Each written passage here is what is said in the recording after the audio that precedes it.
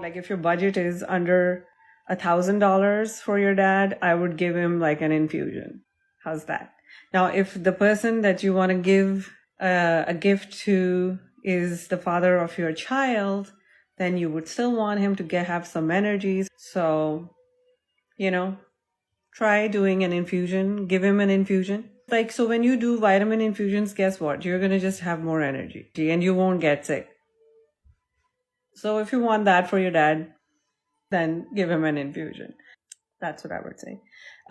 I do have a daddy Botox thing also, which is like a baby Botox for your dad. And that's like under $500. So it depends on how much you want to spend on your father.